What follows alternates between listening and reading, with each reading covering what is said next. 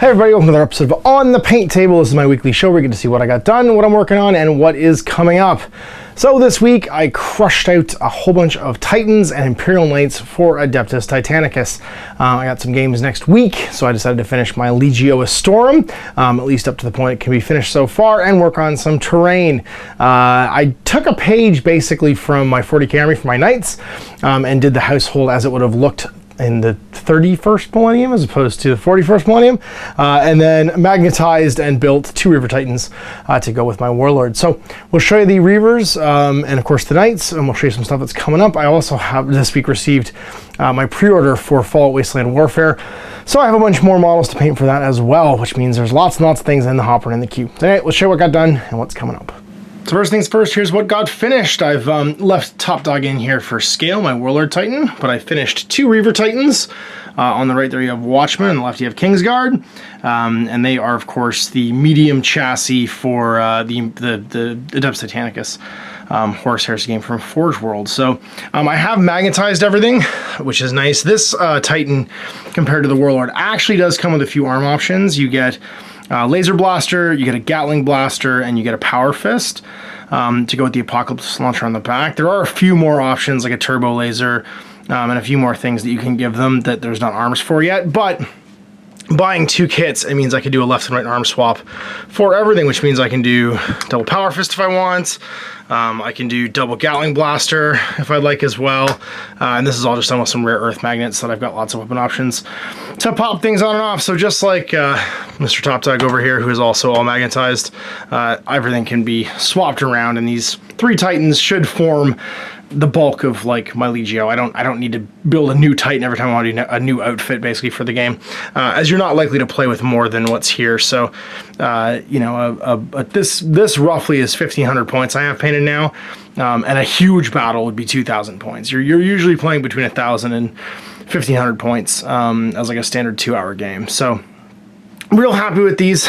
Did some old school hazard striping on them, which I think turned out really well, and just sort of pops off the nice bright blue. And they're a lot of fun to paint. They were done in sub-assemblies, of course, so I had left all the armor plates off, and then airbrushed them some blue, and then did all the trim with some scale 75 Viking gold and bright gold. Then it's just some washes and weathering powders, some Vallejo orange rust weathering powders and stuff on there too, just to finish them off. It's really relaxing painting big vehicles like these.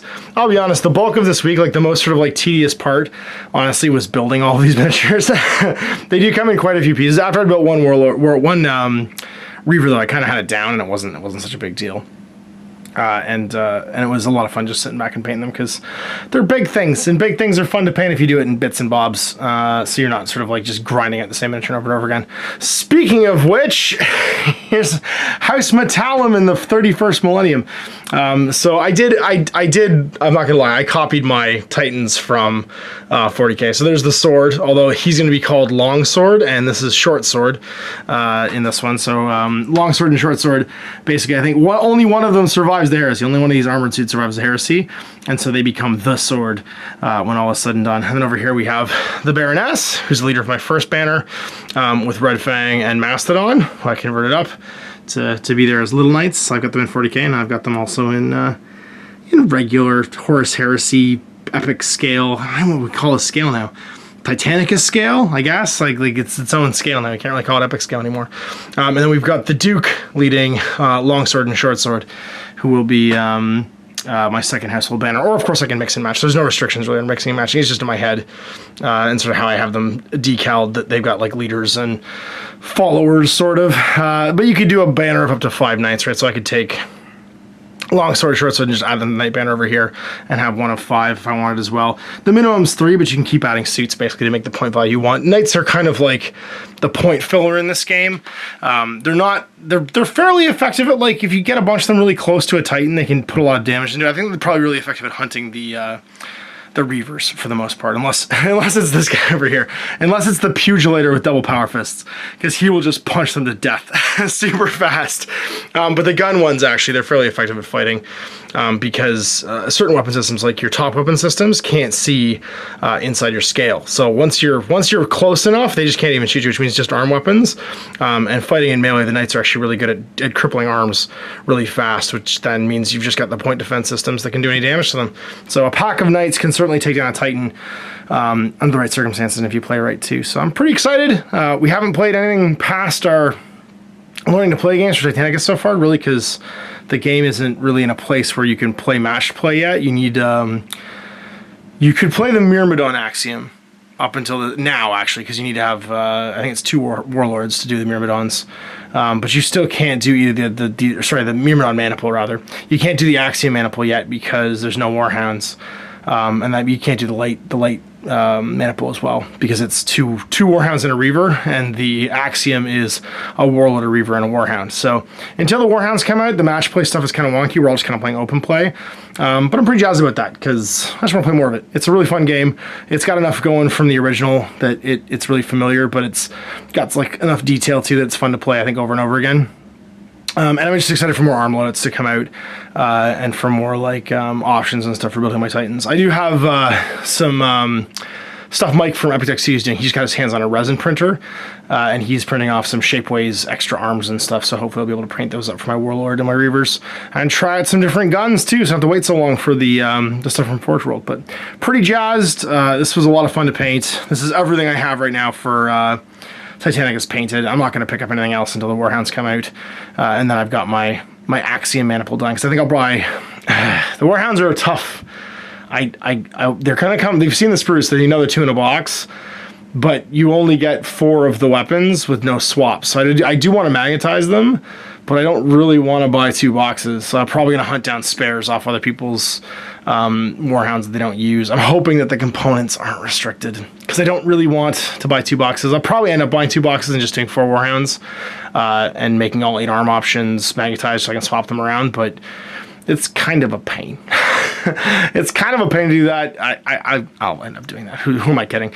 I'll end up with a Warlord, 2 Reavers, and 4 Warhounds. So I can run just a big Axiom Maniple, basically, or the light Maniple too if I wanted to with the Reavers and the Warhounds. I'm not really interested in the Myrmidon one until there's more options for the Warlord, because he'll be exactly the same if I get another one right now. So anyway, there it is. Ttanicus, Legio, Storm the Warp, Runners, Top Dog, Watchman, and Kingsguard all done. And of course, House Metallum, ready to rock and roll. All 6 of them painted up too, with some arm swaps. And here's some of the pile of things that are coming up. First of all, I have the Civitas Imperialis scenery stuff that I'm working on. I just built a few of the buildings so far. I have to build a little towery bit still. But they're a bit fiddly, so I don't have time to get them done today. And just got them primed with some, the usual thing, 2-tone, just rattle can spray paint. So this is a cinnamon brown from Rust-Oleum Painter's Touch, I'm pretty sure, followed by just a gray. Just splashed over top of it, and I'll just do some washing and details and highlight stuff just to make them look like on the box. And they'll mix in with my big buildings to give us a nice 40k feel. And then some Fallout Wasteland Warfare. I couldn't help myself. I was building my knights and stuff this week, and then just eyeballing my pre-order. There's so much more in a box. But this is stuff I'm just prioritizing right now. I want to finish my Survivors, so I'm going to finish the Survivor set, and I got the Lone Wanderer dog meat and Soul Survivor dog meat, and was it Nick? Is it Nick and Nora? Was that another movie? Nick and Nora's Infinite Playhouse? I can't remember what his name is. It's not Nick, it's something else. And then Codsworth, of course, who I'm going to paint as well, because he's a very cool Mr. Handy. And then a couple more Survivors that I'm going to paint up, the resin ones. And of course, my Zayton, because I got the Zayton pre-order kit, because I pre-ordered my set, so there's the Alien. Who I'll paint up just for funsies, for some weird Wasteland stuff. And then I pulled out the Aspirant Goddard from my other starter set to paint up as an actual Brotherhood Knight, as opposed to the U.S. Army Power Armor that I painted up the other one as, so that I could use it on my Soul Survivor. So these are the I'm rationing, because otherwise, if I start painting too much Fallout stuff, I'm never going to paint anything else. So this is like what I'm allowing myself to put in a case and have at home to kind of like break up projects. And then I'm going to do the scenery pack once that stuff's done, because this scenery pack is awesome. You get some Corvegas, How cool are these? They have a dropout bottom, so because they're sitting on the tie rims there, because obviously 200 years of rotting is all done. The scenery pack also comes with a lot of Vault Tech little crates, which are super cool. Some shelving units. These are some computers, some banks of computers that are really rad. And then these that are actually objectives, so like some actual computer terminals, like straight up out of the video game, computer terminals, which I think are so cool, and some desk drawers for them to like sit on and stuff too. And then some Nuka-Cola machines, because you gotta have Nuka-Cola machines. Like, why would you not have Nuka-Cola machines?